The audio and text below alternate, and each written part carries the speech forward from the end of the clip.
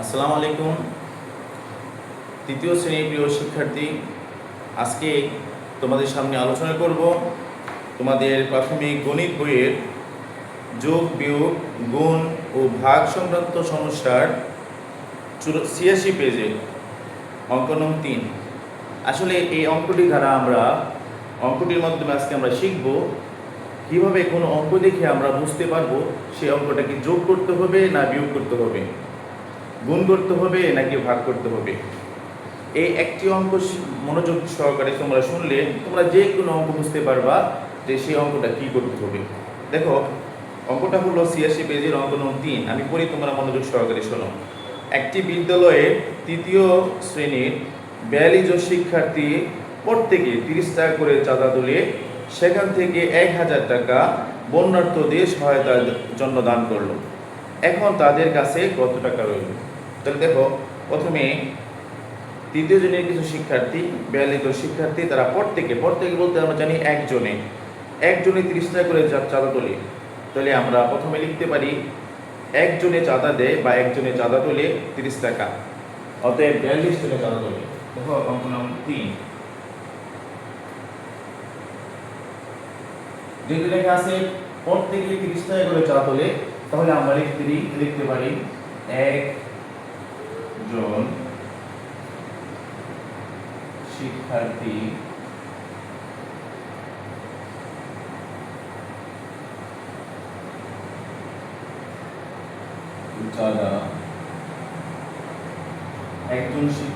চাঁদা দেয়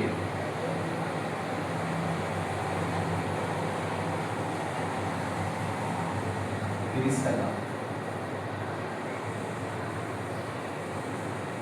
অতএব এখানে শিক্ষার্থীদের আছে 42 জন, তাহলে একজন শিক্ষার্থী চাঁদা দেয় 30 টাকা, অতএব 42 জন শিক্ষার্থী চাঁদা দেয়। এখন আমরা কি করব? এই অঙ্কটাকে আমরা যোগ করব না বিয়োগ করব, গুণ করব না ভাগ করব, কিভাবে বুঝবো?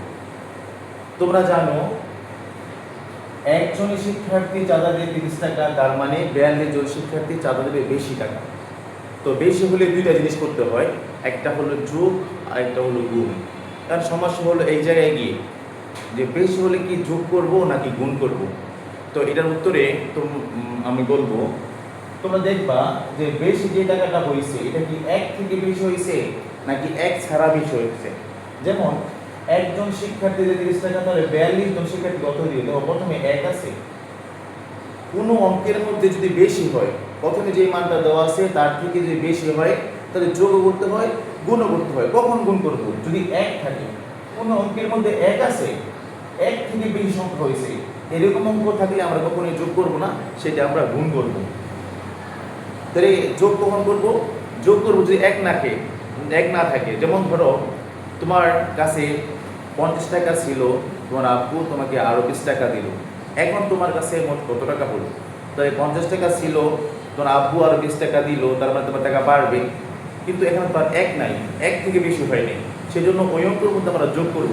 কিন্তু এই অঙ্কের মধ্যে দেখো একজন শিক্ষার্থী চাঁদা দেয় 30 টাকা, অতএব 42 জন শিক্ষার্থী চাঁদা দেয়, তাহলে এক থেকে বেশি হয়েছে। তো এক থেকে বেশি হলে আমরা কি করব? গুণ করব। তো এখানে লিখব 30 গুণন 42 টাকা। দেখো এই গুণগুলো কিন্তু আমরা রাফ করব না, এই গুণগুলো আমাদের রাফ করতে হবে না, রাফ ছাড়াও এইগুলো আমরা করতে পারবো কিভাবে? দেখো, যদি নিয়মটা কি বলছিলাম, যদি এক পাশে এই দুইটা বা একাধিক অঙ্ক থাকে আর এক পাশে একটি মাত্র অঙ্ক থাকে শূন্যবাদে, সেটা রাফ করবো না। দেখো এখানে আছে দুইটা অঙ্ক আর এখানে আছে একটা অঙ্ক, তাহলে এটা আমাদের রাফ করতে হবে না, রাফ থেকে সময় নষ্ট করবো না। এখানে মনে মনে আমরা ভাববো যে শূন্যটা নাই, এই 3 দ্বারা দুইটা সংখ্যাকে গুণ করবো। 3 দুগুণে 6, 3 4 12, 3 দুগুণে 6, 3 4 12। এই শূন্যটা বাদ দিয়েছিলাম, শূন্যটা আবার দিয়ে দিব। কত টাকা হলো? 42 জন শিক্ষার্থী চাঁদা দেয় 1260 টাকা। এবার এই চাঁদাগুলো তুলে তারা কি করলো? তা থেকে 1000 টাকা বন্যার্থদের সহায়তার জন্য দান করলো। এখন তাদের কাছে কত টাকা রইল? তাহলে আমরা এখন লিখবো, এই জায়গাটা আবার লিখবো 42 জন শিক্ষার্থী চাঁদা দেয়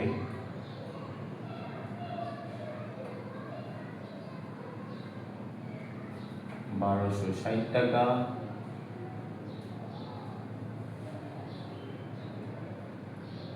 সেই টাকা থেকে 1000 টাকা তারা দান করে।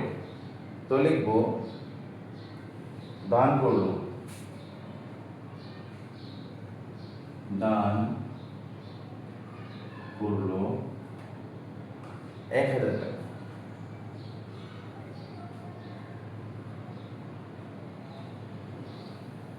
এখন দেখো এটা আমরা কি করবো, গুণ করব না ভাগ করব, যোগ করব না বিয়োগ করব।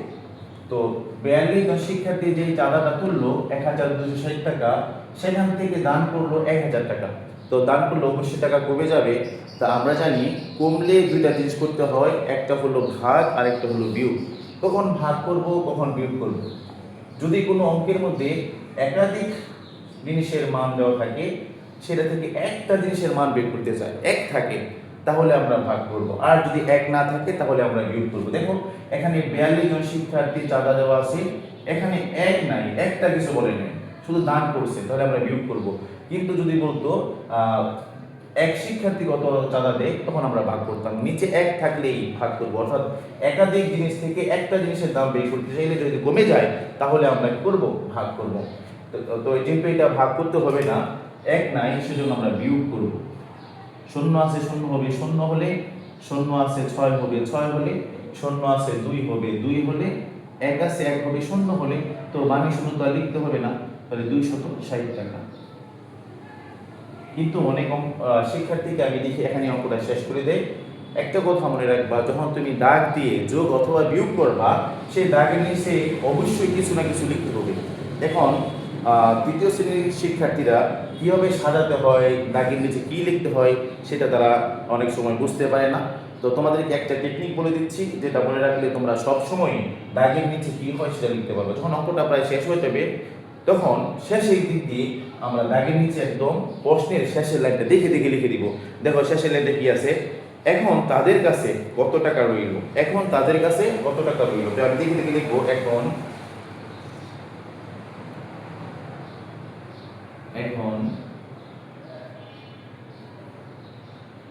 তাদের কাছে কত টাকা রইল। তাহলে কত টাকা প্রশ্নবোধক শব্দ কত, এটা লিখবো না, লিখবো রইল। অতএব এখন তাদের কাছে রইল, এখন তাদের কাছে রইল 260 টাকা। এটাই উত্তর, এটাই উত্তর। উত্তরটা লিখে দিতে পারো, উত্তর 260। অর্থাৎ আমরা এই অঙ্কটা থেকে আজকে শিখলাম যে কোন অঙ্কটা যোগ করতে হবে আর কোন অঙ্কটা বিয়োগ করতে হবে, কোন অঙ্কটা গুণ করতে হবে, কোন অঙ্কটা ভাগ করতে হবে। এই অঙ্কটা ভালো করে শিখতে পারলে এরকম যত অঙ্ক আছে সব অঙ্ক দেখেই তুমি বুঝতে পারবা যে এটা কি যোগ করতে হবে না বিয়োগ করতে হবে। সেম একইভাবে যদি আমরা আরেকটা অঙ্ক করি, সেটা দেখো পরের পেজে 87 পেজ, অঙ্ক নং 4। দেখো 87 পেজ, অঙ্ক নম্বর 4 কি বলছে, একটি বইয়ের মূল্য 95 টাকা ও 12টি কলমের মূল্য 180 টাকা। তাহলে একটি কলম ও একটি বই কিনতে রেজার কত টাকা লাগবে। একটু ভালো করে দেখো, রেজা কিনতেছে একটি কলম ও একটি বই, কিন্তু এখানে একটি বইয়ের মূল্য দেওয়া থাকলেও একটি কলমের মূল্য দেওয়া নেই। এখানে দেওয়া আছে 12টি কলমের মূল্য। তো প্রথমে আমি 12টি কলমের মূল্য থেকে একটি কলমের মূল্য পেয়ে নিব, বের করে নিব। তো আমি লিখব 12টি কলমের মূল্য। এখানে 12টি কলমের মূল্য দেওয়া আছে 180 টাকা, 180 টাকা। কিন্তু রেজা তো কলম কিনছে একটা, সেজন্য আমরা একটি কলমের মূল্য বের করব। অতএব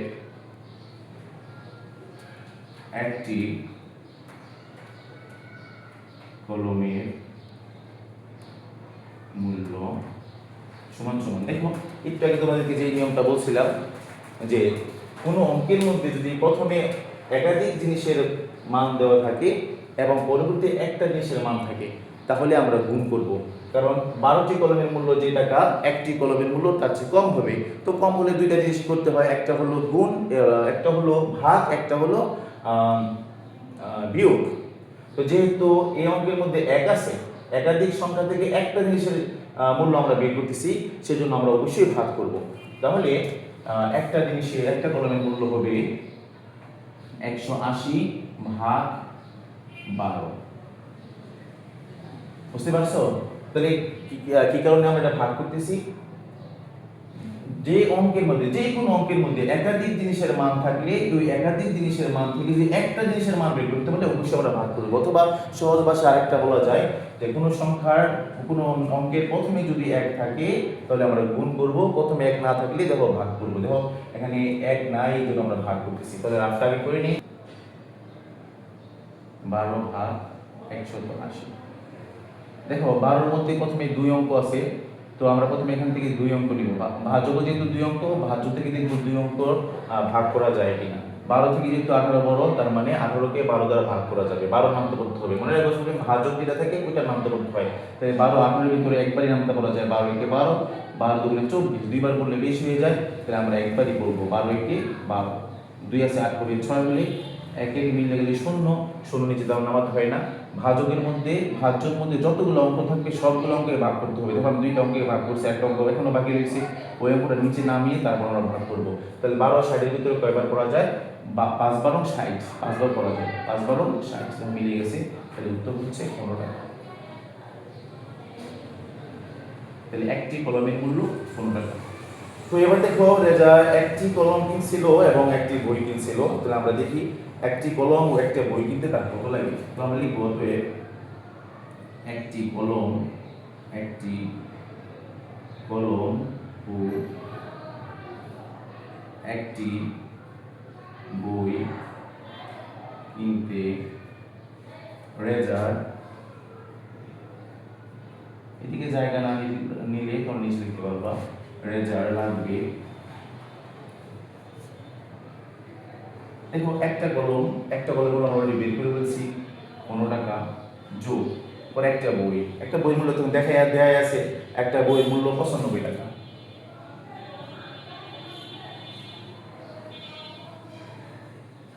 তো যোগ করলে হইতেছে 5 আর 5 10 শূন্য আছে, 1 9 থেকে 10 10 রেখে 11, 110।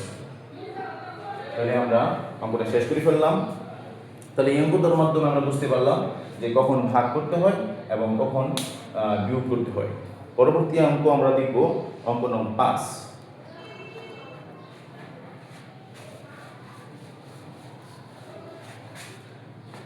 দেখো পরের অঙ্কটা কি বলছে, পরবর্তী অঙ্ক কি বলছে, তোমাকে বাবা দিলেন 250 টাকা, মা দিলেন 150 টাকা, তুমি এই টাকাগুলো দিয়ে তোমার শ্রেণীর 5 জন বন্ধুর জন্য খাতা ও কলম কিনতে চাও। প্রত্যেক বন্ধুর জন্য তুমি কত টাকা খরচ করতে পারবে? তাহলে আগে দেখি কে কত দিছি। অঙ্ক নম্বর 5 প্রথমে লিখবো, যে জায়গা তোমাকে বলছি তুমি লিখবা আমাকে, আমাকে প্রথমে দিচ্ছে বাবা, বাবা দিলেন, আমাকে বাবা দিলেন 250 টাকা, 250 টাকা। পরে আমাকে মা দিলেন, দেখো কিন্তু মুখস্থ না, দেখে দেখে লিখবা, অনেকে সাজাতে পারো না, সংখ্যাটা পরে লিখবা আর বাংলা লেখাগুলো আগে লিখবা। আমাকে মা দিলেন 150 টাকা, 150 টাকা। তাহলে এখন কি লিখবো? দাগ তো দিলাম, তাকে নিচে লিখতে হয়। আর এটা কি করব? যোগ করব না বিয়োগ করব, গুণ করব না ভাগ করব? আমাকে বাবা দিলেন 250, আমাকে মা দিলেন 150, অবশ্যই বাড়বে। তো এইটাকে বলছিলাম বাড়লে দুইটা জিনিস করতে হয়, একটা হলো যোগ, একটা হলো গুণ। কখন যোগ কখন গুণ? যদি বাড়ে এবং এক থাকে, অঙ্কের মধ্যে এক থাকে, তাহলে আমরা গুণ করবো। দেখো অঙ্কে কোনো এক নেই, তাহলে আমরা কি করবো? এটা যোগ করব। 0 আর 0 যোগ করলে 0 হয়, 5 5 যোগ করলে 0 আর কাছে 1, 1 হাত রেখে 2 2 2 4, 400 টাকা। তাহলে আমার মা এবং বাবা আমাকে দিল 400 টাকা। এখন আমি নিচে কি লিখবো? নিচে অবশ্যই একটা জায়গা লিখতে হয়, যে আমরা যোগ করি তাহলে লিখবো হলো, আর যে বিয়োগ করি তাহলে লিখবো রইল। যেহেতু আমরা যোগ করছি তাহলে লিখবো মোট হলো, মোট হলো। তাহলে মোট হলো 400 টাকা। এবার এই 400 টাকা আমি 5 জন বন্ধুকে দিতে চাই, তাহলে প্রত্যেককে কত করে দেবো? প্রত্যেক মানে একজনটা চাইছে, একজনকে আমি কত টাকা করে দিতে পারবো?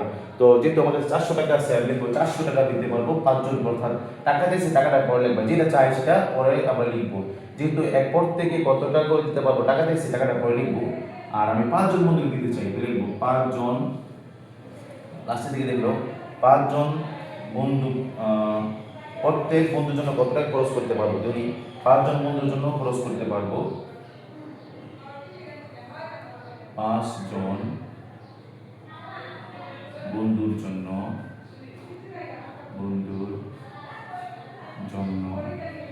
খরচ করতে পারবো,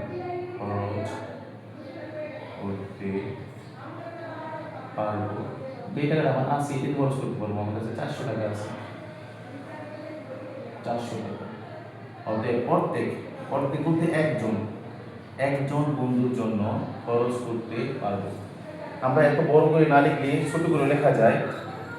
5 জনকে দেওয়া যাবে 400 টাকা, একজনকে দেওয়া যাবে, এভাবে লেখা যায়। 5 জনকে দেওয়া যাবে 400 টাকা, একজনকে দেওয়া যাবে ভাগ করে দেবো। বাংলা লেখাটা একটু বেশ, কোনো সমস্যা নেই। দেখো এই অঙ্কটা যোগ না বিয়োগ, গুণ না ভাগ, সেটা কিভাবে বুঝবো? দেখো উপরে আছে বেশি সংখ্যা থেকে একটা সংখ্যা হয়েছে। যে কোনো অঙ্কের মধ্যে একাধিক সংখ্যার মান দেওয়া থাকলে যদি আমরা একটা সংখ্যার মান দিই তাহলে আমরা ভাগ করব। কারণ 8 জনকে দিতে পারবো 400 টাকা, কিন্তু অবশ্যই কম দিতে পারবো। তাহলে কম হলে দুইটা জিনিস করতে হয়, একটা হলো বিয়োগ আর একটা হলো ভাগ। কখন বিয়োগ কখন ভাগ? নিচে যদি 1 থাকে তাহলে আমরা ভাগ করব, যদি 1 কোথাও না থাকে তাহলে বিয়োগ করে দিব। তাহলে 5 জন বন্ধুর জন্য খরচ করতে পারবো 400 টাকা, অতএব একজন বন্ধুর জন্য খরচ করতে পারবো 400 ভাগ 5। এখানে আবার অনেক স্টুডেন্টরা ভুল করে, সেটা হলো 5 লিখে আগে 400 লিখে পড়ে। মনে রাখবা ভাগ এবং বিয়োগের সময় অবশ্যই বড় সংখ্যাটা আমরা আগে লিখবো। তাহলে ভাগটা করে দিই। দেখো এই ভাগটা আবার রাফ করতে হবে না, যেহেতু সবগুলোই শূন্য। তাহলে দেখো 5 টাকে 40 কে ভাগ করো, 5 ও 40 ভাগ করলে কত হয়? 5 8 40, 8 5 40 8 হয়, একটা শূন্য ছিল ওটা দিয়ে দিবা, তাহলে 80 টাকা। তাহলে একজন বন্ধুর জন্য আমি খরচ করতে পারবো 80 টাকা।